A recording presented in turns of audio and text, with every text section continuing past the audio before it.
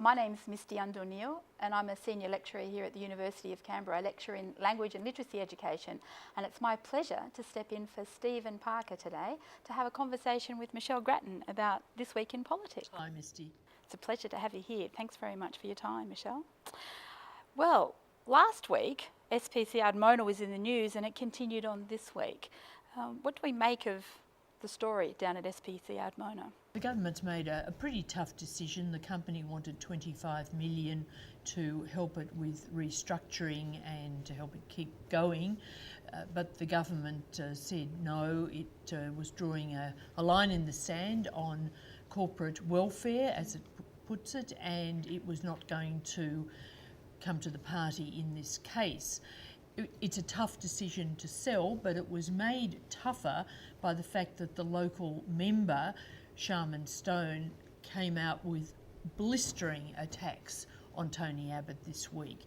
She essentially said that he was lying with the way he was explaining the decision and the emphasis that was being put on the workers' conditions, and the company itself contested the government's version of those conditions. So it turned into something of a stoush within coalition ranks, which is difficult for the government. I think the decision itself was sound because the government needs cuts, and it is easier to sell the cuts that will affect individuals if it's seen to be also targeting companies when grants aren't justified.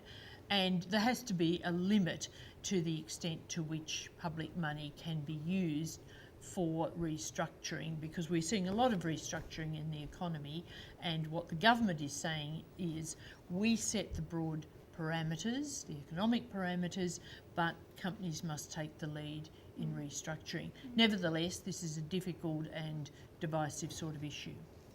It was interesting to hear the local member accuse Tony Abbott of lying, and given the narrative around Julia Gillard and lying in her government, is it as serious as what it sounded when she made that accusation? Well, it's never good for a leader to be accused of lying by someone on their own side. There's no doubt about that, and that takes a bit of skin off Tony Abbott, obviously. He realised he had to be careful, though, in handling Sharman Stone's accusations. So he didn't lash out at her.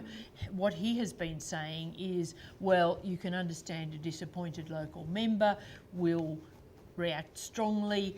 I want my local members to stand up for their electorate. So he's tried to diffuse the whole thing by saying that. I guess also maybe the government has in mind, or Tony Abbott has in mind, the experience in the neighbouring electorate of Indi. Sharman Stone's in the Murray electorate in Victoria, but in Indi, of course, Sophie Mirabella, a Liberal frontbencher, got defeated at the last election. And one reason she did get defeated was she was not seen as someone who stood up for her local community. Cathy McGowan, the independent who now holds that seat, was seen as a local champion. So there is a bit of a recognition in coalition ranks that it's not all that bad for the local member to stand out when something bad happens to their electorate. That's interesting, isn't it? That it brings to mind Joe Hockey's mantra of the age of entitlement is over, and so he made that speech over in London while he was still in opposition. And got a lot of flack for it. He did indeed, but it continues to be his mantra. So how does that play out now in situations where local members may well indeed want some sense of entitlement, like the Ardmona factory? And Barnaby Joyce, for example, is putting together a plan for rescuing farmers in drought. So can Joe Hockey maintain this strong mantra? I think he will maintain it. He's trying to get across the message that more personal responsibility has to be the order of the day. He talks about everyone doing heavy lifting except the most vulnerable in the community. Now, he did react fairly strongly to suggestions that Barnaby Joyce would try and get an enormous package up, but the government will consider a drought package in the next little while. It does recognise that for farmers in northern New South Wales and Queensland, some special aid is needed. Tony Abbott did say that the government wanted to bring forward the new arrangements Labor had proposed to operate from July 1. The question is, how much further will Barnaby Joyce want to go, and how will the Cabinet react to that? So really it's not a question of whether there should be some aid for these farmers. I think that's accepted. It's a question of how much. So that will be an interesting Cabinet meeting, I presume. Indeed. Well, during the week, AWU leader Paul Howes, in his speech at the National Press Club, proposed a grand compact between business, unions and government to turn down the heat in industrial relations here in Australia. Is that a proposal that's going to fly? I don't think it will fly. I think it was an interesting proposition that Paul Howes put forward. Paul Howes, of course, is an aspiring Labor politician in the longer run. He would like a parliamentary seat. I think he wants also profile, attention, and this was a big idea which gets that sort of attention. It was a bit embarrassing though for Bill Shorten, who was campaigning for the seat of Griffith, the by-election being on Saturday. Bill Shorten didn't want to appear to be against consensus, but nor did he want to be buying any argument put forward by Paul Howes that maybe Tony Abbott's not quite the ogre on industrial relations that Labor has painted him as being. So he was sort of dancing around those themes, trying to say, well, Tony Abbott's still bad, but of course I've always been a consensus man. I've done that in the union movement for 25 years. So it's an idea, I think, that's superficially attractive, but not one that at the moment either side of politics is likely to be embracing. So was it a gift for Tony Abbott, that speech? Was it useful for him to have Paul Howes talking like that? Well, in a way it was useful because he could score a point against Bill Shorten, but on the other hand, he wasn't saying, well, this is such a good idea and we'll embrace it and we'll promote consensus. So it was a short-term small gift. As you said, Bill Shorten was up in Queensland, helping with the campaigning for the by-election up in the seat of Griffith. Which is, of course, Kevin Rudd's old seat and will be the big interest on the weekend, I presume, what the result will be.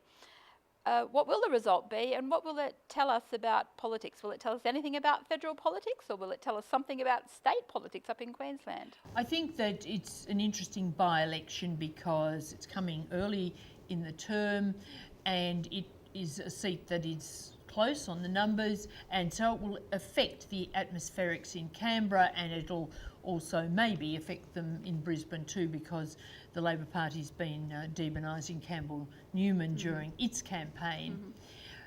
Beyond that, of course, it doesn't mean much because it's a long time out from the election.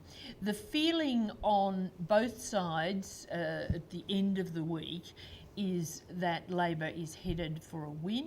I think the Labor Party early on was really jittery about the result, and of course one's never going to definitively predict a by-election when the numbers are as close as they were at the last election. We're talking here about a 3% margin. Having said that, both sides think Labor will win, and it'll be a preference win, and it will then feed into the politics of next week. And there'll be a new person then coming down into politics next week either way, a new person will be joining. Someone will be very happy on Saturday night, and I suspect actually, even though he might be disappointed, if the Liberals' Bill Glasson is defeated, he'll go reasonably happily back to his eye practice. I think he was a bit reluctant to front up second time round. Okay. Well, as you said, next week they all arrive back in Canberra, which is obviously an exciting time for political journalists. What can we expect?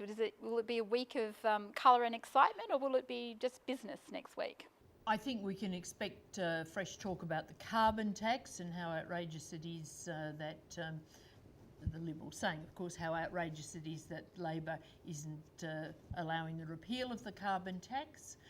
I think that if Labor does win that by-election reasonably comfortably, then they will say, well, look, the people have just shown that they think the cuts that have been made by the Queensland government and the cuts to come by the Abbott government are bad. But what we will also see next week is, behind the scenes, Joe Hockey will receive the report of the Audit Commission. That's due by the end of next week. So in the coming days that will go in. It won't be released immediately, but it will, we expect, be released in the foreseeable future rather than kept secret until the budget, because Joe Hockey is all about conditioning the Australian public to take ownership of these cuts, to feel that they are needed, and therefore he wants that debate to proceed while the government works out the detail of what is to be cut. So there definitely will be news next week and in the next few weeks, and we'll news and noise, and we'll look forward to being able to talk to you next Friday about what's happened during the week. Thanks very much, Misty. Thank you for your time.